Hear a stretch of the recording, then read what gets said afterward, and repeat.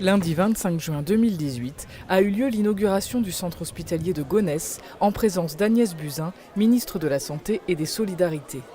Malgré des demandes répétées de la ville, l'établissement, ouvert depuis 2 ans, n'avait reçu jusqu'ici la visite d'aucun ministre de la Santé.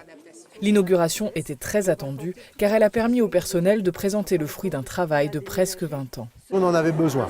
On en avait besoin parce que ça fait 2 ans qu'on a ouvert et le fait que la ministre soit venue, ça a concrétisé tout le travail qui a été fait depuis 2 ans. Vos nouveaux locaux ont d'ailleurs permis d'améliorer les conditions d'accueil et de prise en charge des patients, de réorganiser les services, de fluidifier les parcours et j'ai pu le voir lors de ma visite. Vous êtes donc emblématique de ce que doit être notre service hospitalier de demain. Le nouvel hôpital bénéficie d'équipements plus modernes.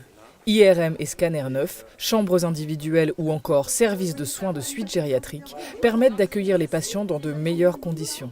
Cette inauguration était avant tout un moyen d'interpeller la ministre sur les multiples difficultés que rencontre le Val d'Oise en matière de soins.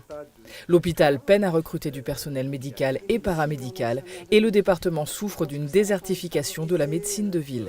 Je suis venu l'autre jour vers minuit, les médecins des urgences pédiatriques m'ont dit que 40% c'était des consultations, pas des urgences. C'est là où ça peut devenir dangereux, c'est qu'il ne faut pas passer à côté du cas hospitalisé. Parce qu'on en a beaucoup qui vont être de la consultation, et quand arrive celui qui doit être hospitalisé, il ne faut pas passer à côté. Et c'est vrai qu'en fin de nuit, on peut avoir Et le pourcentage de médecins généralistes et de pédiatres aussi dans notre région, c'est parmi le plus faible.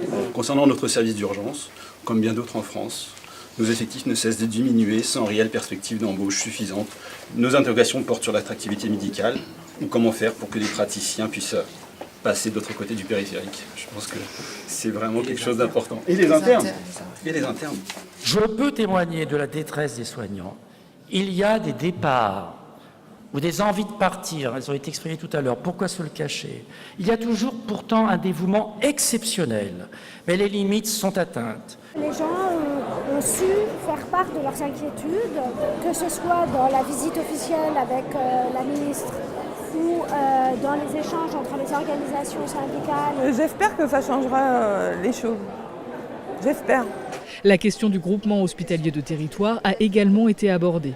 L'Agence régionale de santé a jumelé Gonesse avec Saint-Denis, 2 territoires socialement défavorisés. On ne comprend pas pourquoi on nous a mariés de façon forcée avec Saint-Denis. Ça ne marche pas. Ce sont des territoires où la population s'est beaucoup appauvrie, où il y a des pathologies particulières qui font que ce sont les mêmes réalités. Il n'y a pas de complémentarité réelle. Donc, il faut repenser cela. Le périmètre n'est pas le bon.